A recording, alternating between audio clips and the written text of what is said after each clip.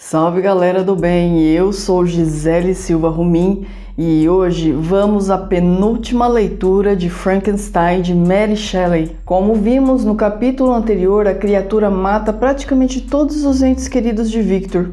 No capítulo de hoje, Victor parte em perseguição à criatura.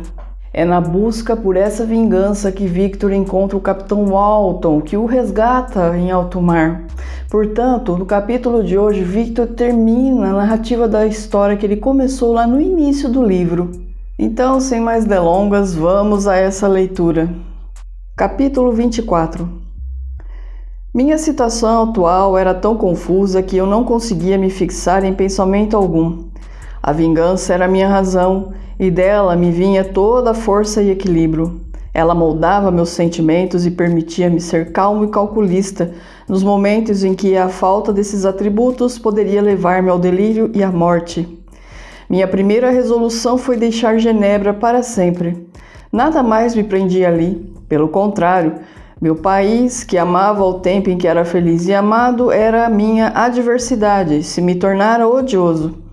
Muni-me de uma boa soma de dinheiro, juntamente com algumas joias que haviam pertencido à minha mãe, e parti. Tiveram início então minhas peregrinações, que só deverão cessar com minha vida. Atravessei muitas regiões e não me tem faltado as agruras e o desconforto que assaltam um viajante dos desertos e regiões bárbaras. Nem sei como tenho vivido. Muitas vezes estirei os membros combalidos na vastidão da areia e invoquei a morte. Mas a vingança me mantinha vivo. Eu não ousava morrer e deixar vivo o objeto de minha perseguição.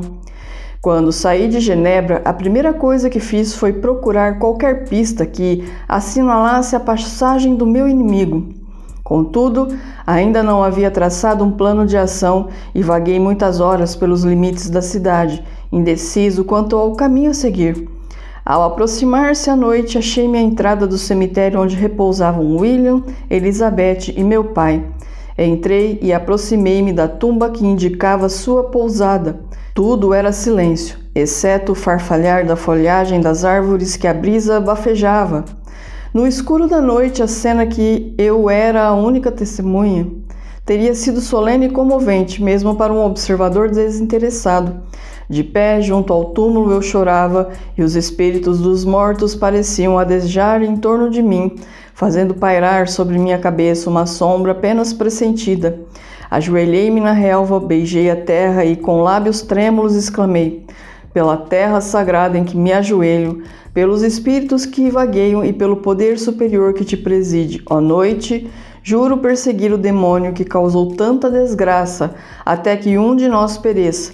Para isso, preservarei minha vida. Para executar essa vingança, voltarei a caminhar sob o sol e a pisar o verdor que cobre a terra. E vos exorto, ó espíritos errantes, a ser os mensageiros de minha vingança e a ajudar-me a cumprir minha missão. Mal acabara de pronunciar esse voto, uma voz bem audível, como se falasse junto aos meus ouvidos, se fez ouvir. Estou contente, mísero. Você resolveu viver e estou contente. Dei um salto na direção do lugar de onde vinha o som, mas o maldito escapou-me. Sobre o luar intenso, pude distinguir sua forma fantástica e horrenda que fugia a uma velocidade incomum. Parti em seu encalço, numa perseguição que se prolongou por muitos meses. Guiado por pistas inconsistentes, acompanhei-o em vão pelos meandros do Reno, até chegar ao vasto Mediterrâneo. Por estranho acaso, viu esgueirar-se por entre as sombras e ocultar-se numa embarcação que rumava para o Mar Negro. Consegui embarcar no mesmo navio, mas, não sei por que estranhas artes suas e de Satanás, ele voltou a desaparecer. Fui retomar-lhe a trilha nos ermos da Tartária, subindo depois a Rússia, mas ele sempre se esquivando de minha aproximação. Por vezes os camponeses, apavorados com sua aparição, davam-me notícias de sua passagem. Outras ocasiões, como se tivesse o intuito maligno de prolongar a perseguição e temesse vê-la terminada pela minha morte ou meu desespero, ele próprio se incumbia de deixar alguma pista. Na brancura da neve que caía inclemente, eu vislumbrava suas pegadas descomunais. Vós, que nesse barco buscais novos horizontes da vida, para quem os imprevistos são um atrativo e que desconheceis a agonia, como podeis compreender o que senti e ainda sinto? Frio, fome e fadiga eram o sofrimento mínimo que me estava destinado. Que maldição implacável caíra sobre mim, condenado a carregar meu próprio inferno? Todavia, parecia haver algum espírito de luz a dirigir-me os passos nos momentos mais críticos.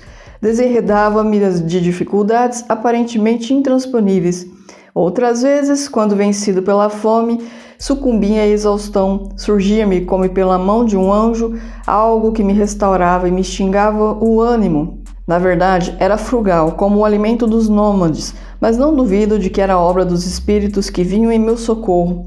Muitas vezes, quando nas regiões áridas percorridas tudo era árido, sem nuvens no céu, eu ardia em sede. Uma nuvem repentina surgia e derramava algumas gotas suficientes para me saciar, e logo depois sumia. Eu seguia, tanto quanto possível, os cursos dos rios, mas o demônio fazia por evitá-los, por ser nas proximidades deles que geralmente havia aglomeração de gente. Em outros locais, onde raramente era visto um ser humano, eu subsistia com a carne de animais selvagens que encontrava pelo caminho. Eu dispunha de dinheiro e, onde houvesse aldeões, distribuía-o, conquistando assim sua amizade. Acontecia também dar-lhes parte da caça que eventualmente trazia, recebendo em troca fogo e outros recursos. Era, pelo visto, uma vida de extremos sacrifícios, e apenas no sono eu encontrava tranquilidade. Bendito sono! Os espíritos que me resguardavam me proviam desse alívio, quando não felicidade, a fim de dar-me forças para levar a termo minha peregrinação. Faltasse-me essa trégua e por certo eu teria sucumbido ao peso das agruras. A esperança da noite era o meu respaldo durante o dia, pois, em sonhos, via meus amigos, minha esposa, minha pátria querida. Revia o plácido semblante de meu pai, ouvia a voz argentina de minha idolatrada Elizabeth e contemplava a figura jovial e radiante de Clerval.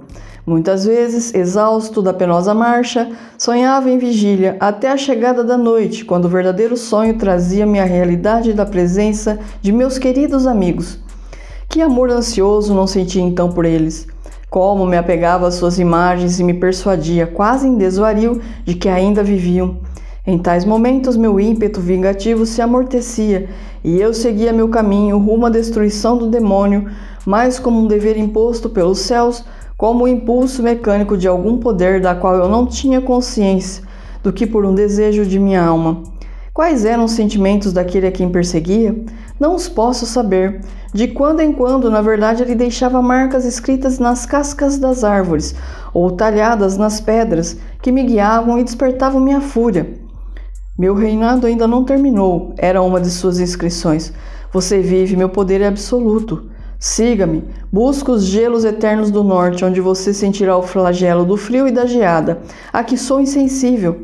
Você encontrará perto desse lugar, se não vier demasiado tarde, uma lebre morta. Coma e refaça-se. Venha, meu inimigo. Temos ainda de lutar por nossas vidas, mas não poucas horas de sofrimento devem ainda ser suportadas por você, até que chegue o momento decisivo. Demônio zombeteiro, uma vez mais juro vingança, uma vez mais te condeno, maldito, a tortura e a morte. Jamais desistirei da minha busca até que um de nós pereça. Então poderei unir-me a meus amigos que partiram e que a mim assistem nesta jornada tenebrosa. Prossegui para o norte e a neve ia se tornando mais espessa. O frio intensificava-se a um grau quase insuportável. Os camponeses trancavam-se em suas choupanas e apenas um ou outro, mais arrojado, aventurava-se a sair para caçar os animais que, impelidos pela fome, haviam deixado seus esconderijos em busca da presa. Os rios cobriam-se de gelo e não havia como apanhar peixe. Assim fiquei privado de meu principal alimento. Minhas dificuldades aumentavam o triunfo do inimigo. Uma inscrição que ele deixara dizia: prepare-se, seus padecimentos mal começaram. Cubra-se de peles e providencie seu sustento, pois nos aproximamos do ponto da jornada que o fará desdenhar tudo o que passou até agora. A força da revolta que essas palavras zombeteiras me incutiam, impedindo-me de esmorecer, era sempre uma forma de atender aos desígnios do monstro. Prossegui com firmeza através da imensidão gelada até que o oceano surgiu, traçando o limite extremo do horizonte. Que diferença dos mares do sul, extremamente azuis! Coberto de gelo, distinguia-se da terra apenas por sua extrema aspereza e selvageria. Ao deparar desde as colinas da Ásia com o Mediterrâneo, os gregos saudaram com alegria o seu reencontro e o término de suas fadigas. Eu não chorei. Ajoelhei-me, porém, e dei graças ao meu guia espiritual por me haver conduzido a salvo ao lugar onde esperava, apesar das zombarias do meu adversário, encontrá-lo e confrontar-me com ele. Algumas semanas antes desse período, eu consegui arranjar um trenó e cães, o que me permitia atravessar os campos nevados com rapidez. Eu ignorava se o demônio possuía os mesmos recursos, mas verifiquei que, assim como antes perdia terreno diariamente em sua perseguição, agora ganhava distância contra ele. A tal ponto que, quando pela primeira vez avistei ao longe o oceano, ele me levava apenas a dianteira de um dia de jornada, e eu esperava interceptá-lo antes que tivesse tempo de atingir a margem. Encorajado, portanto, acelerei a marcha e em 2 dias chegava a um mísero vilarejo à beira-mar. Indaguei os habitantes sobre a passagem do fugitivo e deram-me informes preciosos. Uma figura gigantesca, disseram eles, chegara na noite anterior, armada de espingarda e muitas pistolas, pondo em fuga os moradores de uma choupana isolada, ante ao medo de sua aparência tétrica. Ele se apossara das provisões daquela gente e colocara-as num trenó, puxado por uma matilha de cães que capturara, e naquela mesma noite, para alívio dos aldeões apavorados, tinha partido.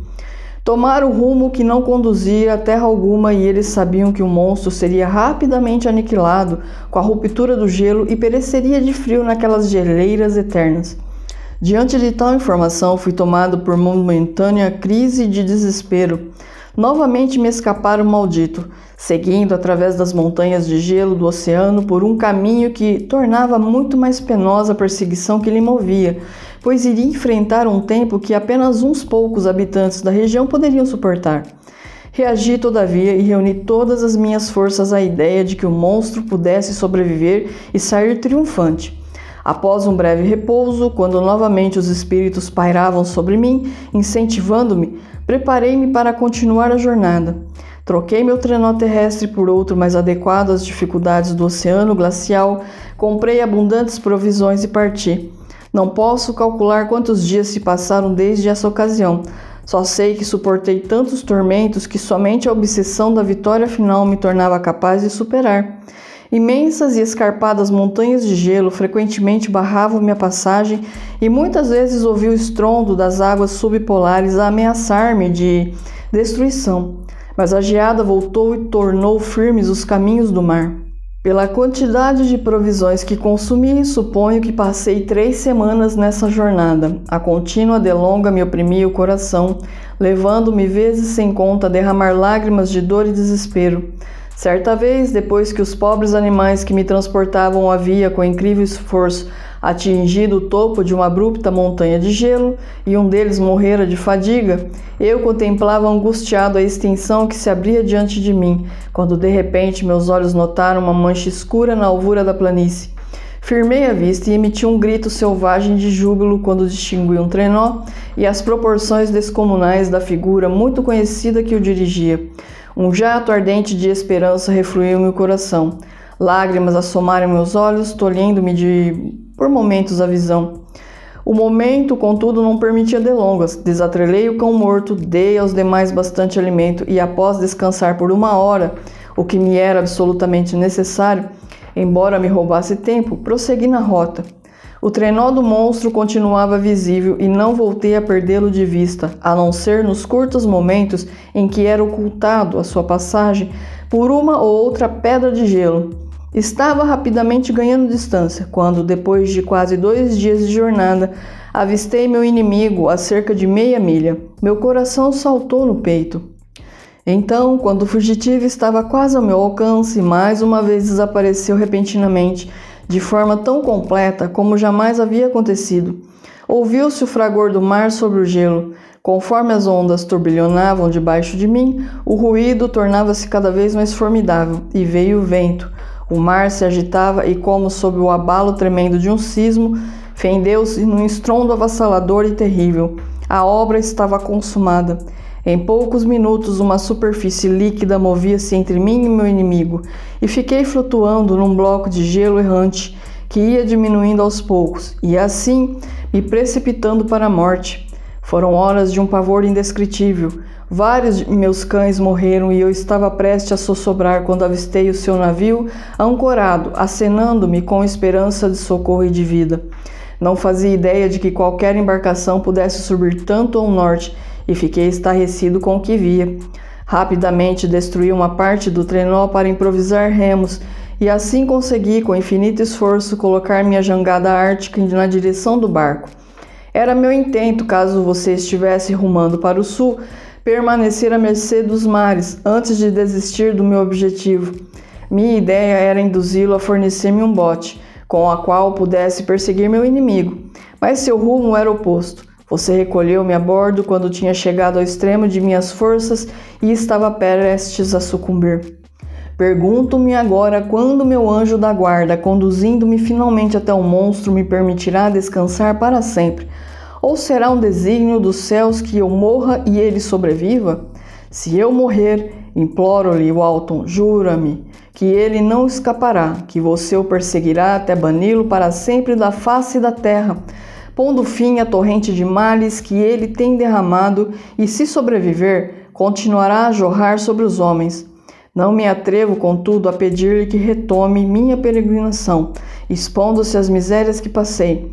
Não sou tão egoísta, mas se depois que eu morrer ele aparecer, se os espíritos justiceiros o conduzirem até você, jure que ele não viverá e não triunfará do rosário de amarguras que sofri. Ele é inteligente e persuasivo, e certa vez suas palavras chegaram a tocar meu coração. Entretanto, não confie nele. Sua alma é tão infernal quanto sua figura, cheia de traição e perfídia. Não lhe dê ouvidos, invoque, suplico-lhe os nomes de William, Justine, Clerval, Elizabeth, de meu pai e do desgraçado Victor, e crave-lhe no peito a espada. Meu espírito estará vagando por perto e lhe guiará o aço. Então é isso, meus amigos, eu agradeço a todos que chegaram até aqui comigo nesta leitura, um super beijo e até a próxima!